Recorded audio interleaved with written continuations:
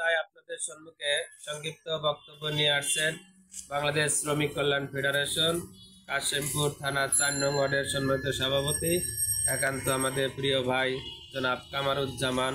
সম্মানিত ভাইকে আজকের এই দাওয়াতি গণসংযোগের শেষে সংক্ষিপ্ত বক্তব্য রাখার জন্য সবিনয় অনুরোধ জানাচ্ছি। আলহামদুলিল্লাহ আসসালামু আলা সাইয়্যিদিল মুরসালিন। প্রিয় ভাইরা, আজকের আমাদের গণসংযোগ কর্মসূচি ফজর নামাজের পর থেকে এই পর্যন্ত আমরা যতগুলো বাড়িতে গিয়েছি, মানুষের কাছে গিয়েছি, সবাই এক বাক্যে একই আওয়াজ এবং তারা অনেক আগেই সিদ্ধান্ত নিয়েছে এবার নতুন বাংলাদেশ নির্মাণের জন্য বাংলাদেশ জামাত ইসলামীকে তারা পছন্দ করেছে এবং দাঁড়িপাল্লা মার্কায় ভোট দিয়ে আগামী নির্বাচনে বাংলাদেশের প্রত্যেকটা জায়গায় এবং প্রত্যেকটা বাড়িতে একই আওয়াজ যে এইবার বিগত ৫৩-৫৪ বছরের যে শাসন চলেছে বাংলাদেশে তার নতুন শাসন দেখার জন্য বাংলাদেশ জামাত ইসলামীকে তারা পছন্দ করছে এবং দাঁড়িপাল্লা মার্কায় ভোট দিয়ে আগামী সংসদ নির্বাচনে বিজয়ী করবে এই আশা এবং তাদের কথা একটাই, সব দেখেছি বারবার ভোটটা দেবো দাঁড়িপাল্লায় এইবার ইনশাআল্লাহ।